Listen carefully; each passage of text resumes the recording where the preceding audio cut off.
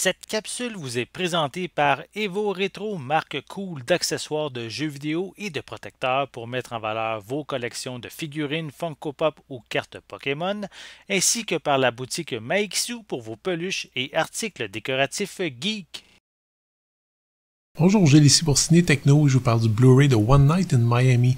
Le film de Regina King est distribué par The Criterion Collection et met en vedette Kingsley Ben-Adir, Eli Goree, Aldis Hodge et Leslie Odom Jr., sorti en magasin le 7 décembre 2021.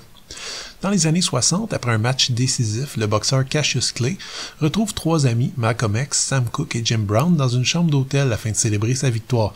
Ces quatre Afro-Américains célèbres vont rapidement discuter de l'état de leur culture en plein bouleversement et confronter leurs opinions souvent divergentes sur la façon de faire avancer leur mouvement en Amérique. One Night in Miami est une sorte de rêverie assumée. Cette rencontre entre quatre personnages mythiques de l'histoire américaine a effectivement eu lieu, mais tout ce que nous savons réellement, s'arrête là. Le reste a été imaginé par Kemp Powers pour une pièce de théâtre écrite et jouée pour la première fois en 2013.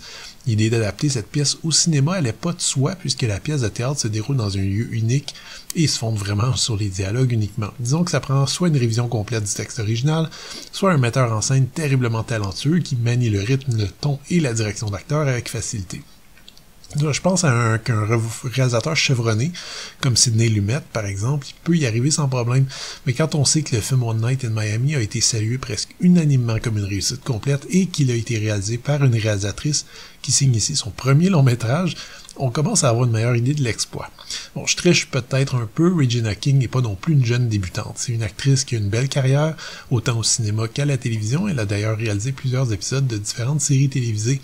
Elle sait clairement comment gérer les acteurs et comment manier le drame. Néanmoins, son travail ici est impeccable. Je reprocherais peut-être à sa mise en scène d'être trop propre, particulièrement en ce qui concerne les décors, les costumes qui tous semblent être neufs et frais usinés de la veille. Pour le reste, le film se fonde tout entier sur son casting et il reste en béton armé.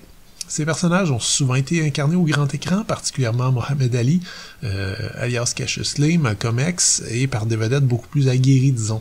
On se rappelle de Denzel Washington, évidemment, Malcolm X, ou de la performance de Mario Van Peebles dans le même rôle, dans le Ali de Michael Mann. Ali lui-même, d'ailleurs, dans ce film, était joué par Will Smith, ce qui lui avait valu une nomination aux Oscars. Mais malgré tout, j'ai été vraiment impressionné par le jeu de Kingsley Ben-Adir en Malcolm X et Eli Goree en Muhammad Ali avant qu'ils ne prennent ce nom. Leur jeu est sensible, fort, tout en nuances et arrive à rendre crédibles certains passages qui sont forcément théâtraux. Et c'est également vrai pour Aldis Hodge, imposant, Jim Brown, ainsi que Leslie Odom Jr., vraiment touchant en vedette dont le succès est remis en question par des amis.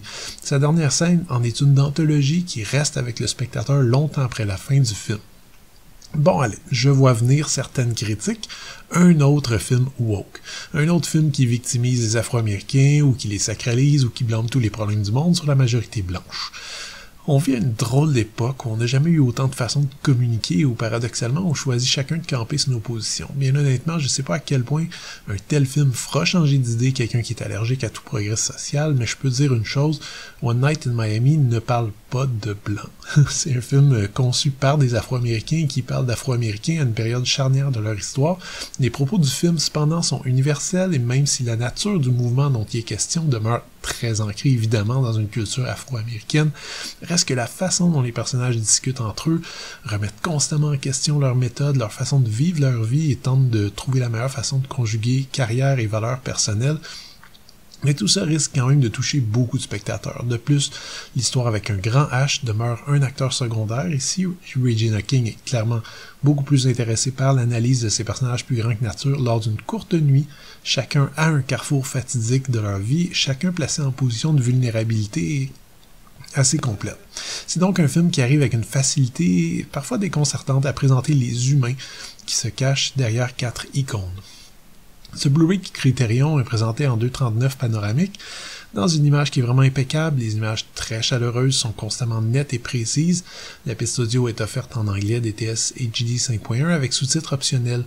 Cette édition propose toute une série de suppléments dont certains ont été filmés à distance à cause de la pandémie.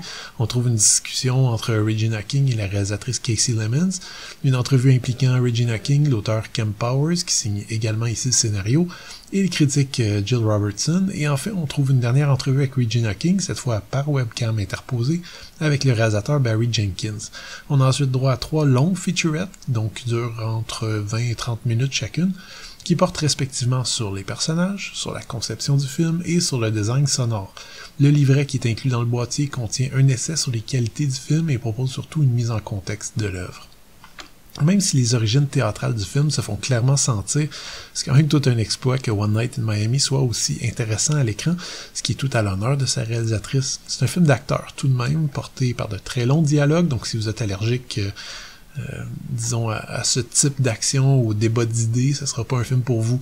On peut reprocher certains trucs, une structure, parfois un peu chancelante, un rythme lent, un aspect visuel convenu, mais One Night in Miami offre surtout des performances très fortes et traite de thèmes sociopolitiques très intéressants, tout en n'oubliant jamais qu'à la base de toute cette politicaillerie se trouvent des individus, parfois maladroits et parfois hésitants. L'édition Criterion du film est, comme à l'habitude, techniquement sublime et offre plusieurs suppléments qui permettent de vraiment mieux apprécier le travail fait par sa réalisatrice. C'était Gilles, merci, bon visionnement.